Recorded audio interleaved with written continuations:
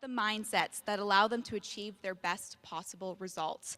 Please welcome to the stage Scott Carr.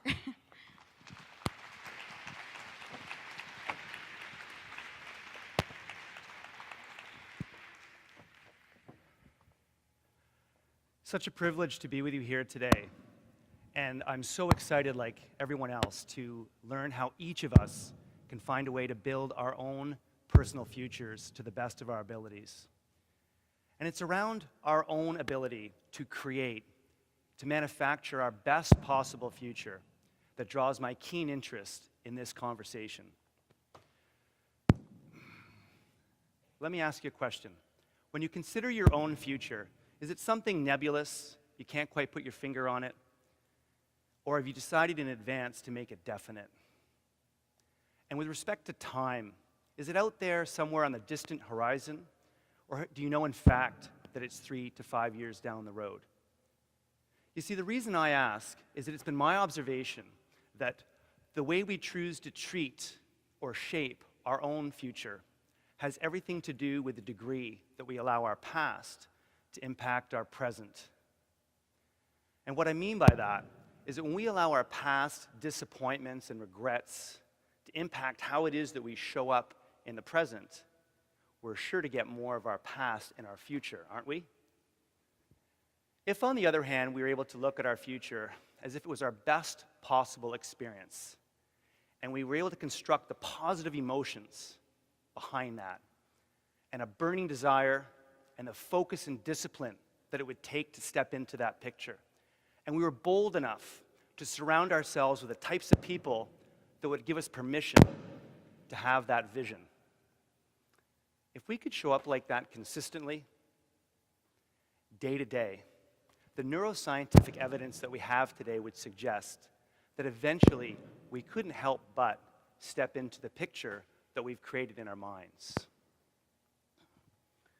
So I encourage you to look at your own future as if it were a blank canvas, the best possible representation of you in color, tone, and effect.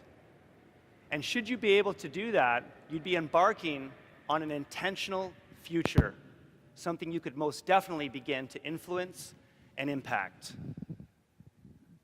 Give that a try.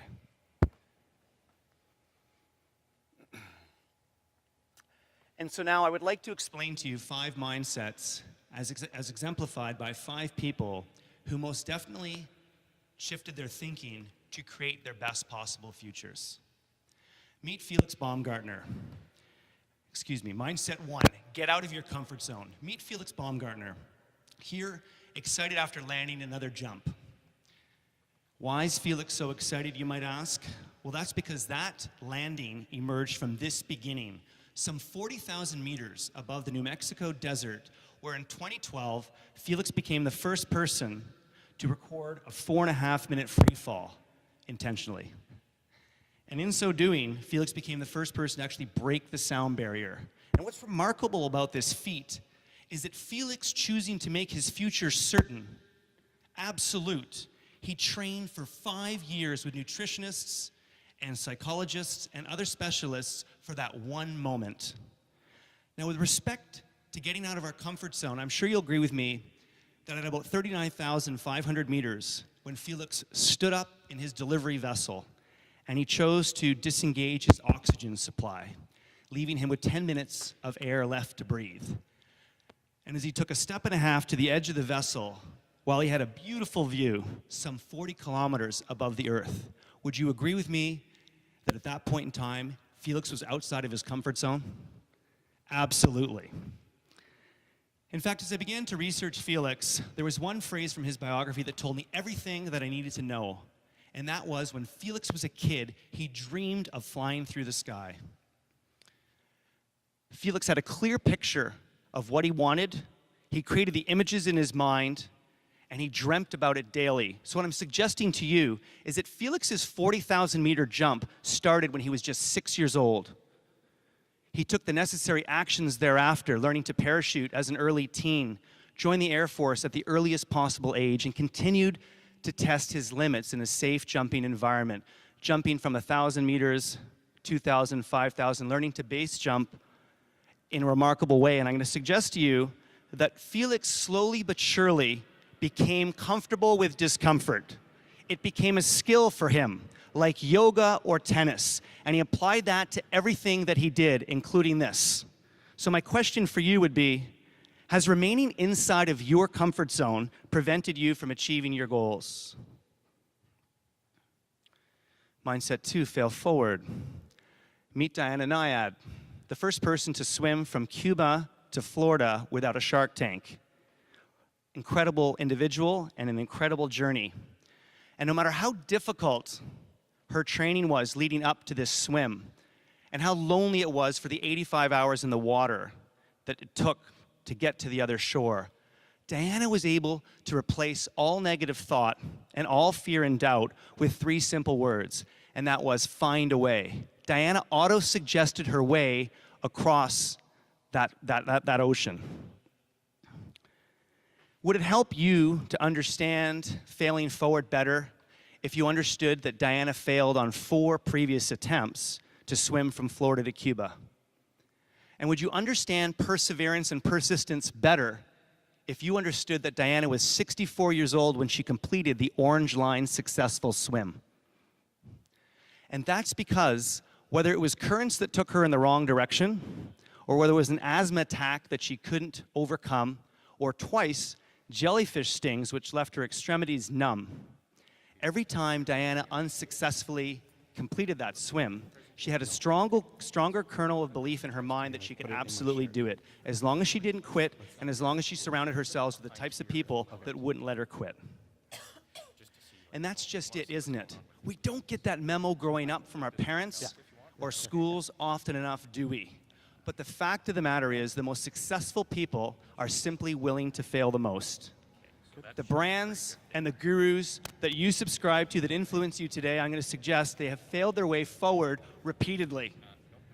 And after they fell off their horse, they became vulnerable, they got up, they were willing to fail again, and they simply wouldn't quit. Failure after failure.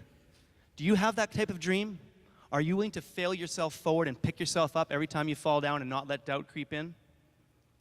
And most importantly, if you don't get shortlisted for a job or a key relationship in your life dissolves, what is it that you tell yourself when you face adversity?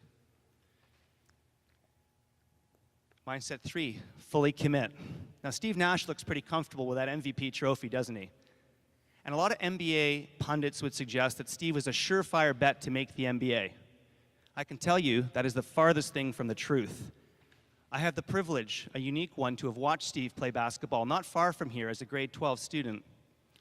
And I can tell you, while he was really, really good, there was nothing that suggested in his game that he would become a 5-time NBA All-Star and a 2-time league MVP. But you see, Steve pre-selected his career, his ultimate goal. When he was 15, he told his mother and his key friends, I'm going to play in the NBA. And he backfilled that with emotion. He worked his butt off until he got there, and he surrounded himself with the types of people that would support his vision. So when the Canadian coaches came to recruit Steve in grade 12, he was polite and he listened. But he told them honestly, if I'm going to play in the NBA, I must go to the United States to become a better athlete. How else would you explain leveraging one U.S. scholarship into an NBA Hall of Fame career? That's because Steve always knew that belief trumps talent. What is it that prevents us from fully committing today? I'm going to suggest to you it's because we live in an age of continual partial distraction. Hands up if you've gone to your device to check a calendar appointment, and next thing you know, you're into some emails and some texts, and you forgot to know why you went to your device in the first place. Yes, anybody? Absolutely. It's so difficult to be present in one moment with one task today with everything that's coming at us. So what we do is we tend to multitask, don't we? We put 2 or 3 balls in the air, neither of which get our full attention. How many of you would like to procrastinate less? I know I certainly would like to learn that magic touch. The reality of it is that we somehow wait for the magic moment when all factors are perfect to go forward with a task, but we know we have to create our own energy and our own momentum no matter what, don't we? Either way, in the age of continual partial distraction, We end up with lower achievement levels, but we're not even aware of it.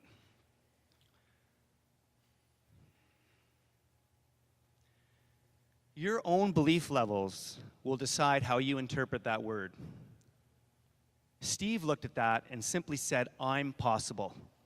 The fact of the matter is, Steve Nash had a 0.03% chance as a grade 12 basketball player to make the NBA. And the fact that he's from Victoria, I'd push that probability a little bit lower, wouldn't you agree? That statistic didn't apply to Steve because 100% he had pre-selected where he was going and there was nothing that was going to stop him. My question for you is, what is it that interferes with your ability to fully commit to your goals? Mindset 4, growth mindset. Meet Bethany Hamilton, championship surfer based in Hawaii. Perhaps you've heard of her. And while Bethany has won her fair share of championships in surfing, she's far better known for the inspirational awards that have come her way. That's because when Bethany was 13 years old, a shark took her left arm. Shocking, life-changing stuff, yes? Except it didn't change Bethany's life much at all. With a growth mindset, she simply told herself, if I can surf with 2 arms, why can't I surf with 1? So despite that trauma, within a month, Bethany was back up surfing on a longboard. Within 3, she was back in competitions. Carol Dweck at Stanford University has spent her academic professional career researching the types of responses that elementary students have to the type of praise that they're given. And when we as parents and as teachers praised fixed mindset characteristics like intelligence, like looks, what we end up with is students who are unwilling to take risks and fail forward at all costs, regardless of their intelligence or where they're at. People like Bethany, on the other hand, when they're praised for characteristics that they can develop, for example, on the basis of getting great marks, she worked hard and she was able to focus. Or she was a leader of a captain of a team, perhaps, because she was able to show compassion, not because she was popular or attractive.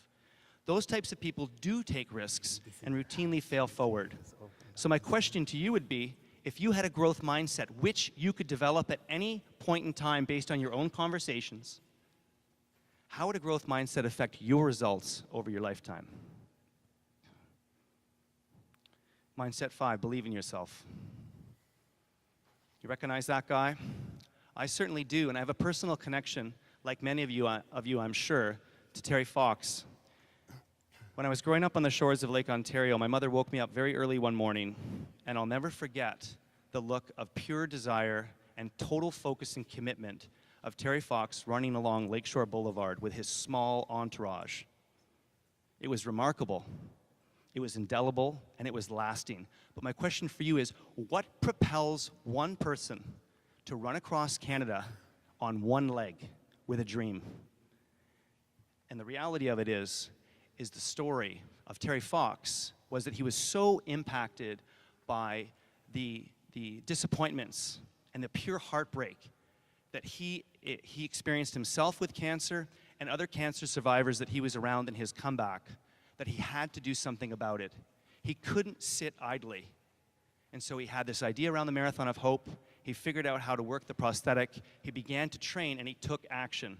And while Terry's dream outlived him, it did so to the tune of $650 million in cancer research that the Terry Fox Foundation has raised. Now, on my journey, I'll be honest with you, there really are 2 types of people. This is what I've observed. There are those that allow their past disappointments and regrets to impact how they show up and commit in the present. These 5 people, however, allowed a clear picture of their future. They decided to make it certain on their timeline, and they allowed that future vision to dictate what they did in the present. These 5 individuals were not special. They didn't go to a certain school or come from a certain town or have a certain last name. But they absolutely committed to transforming their thinking to achieve their results and lasting, enduring legacies. So in shifting your thinking to achieve your own best possible future, it's absolutely vital that you get comfortable with discomfort, that you commit to failing forward, that you're able to achieve focus and fully commit and keep the age of continual partial distraction at arm's length. Like Bethany, you learn to develop a growth mindset and leverage that over your lifetime. And that you're not just interested in your dream and all the noise and hype all around you. There's a big difference between being interested and being committed. So being committed to believing your dream is absolutely vital. And despite the roadblocks and the challenges that come your way, and everything that gets thrown in front of you and the doubters that begin to whisper in your ear, I encourage you, and in fact, I implore you to do whatever you can to find a way. Thank you.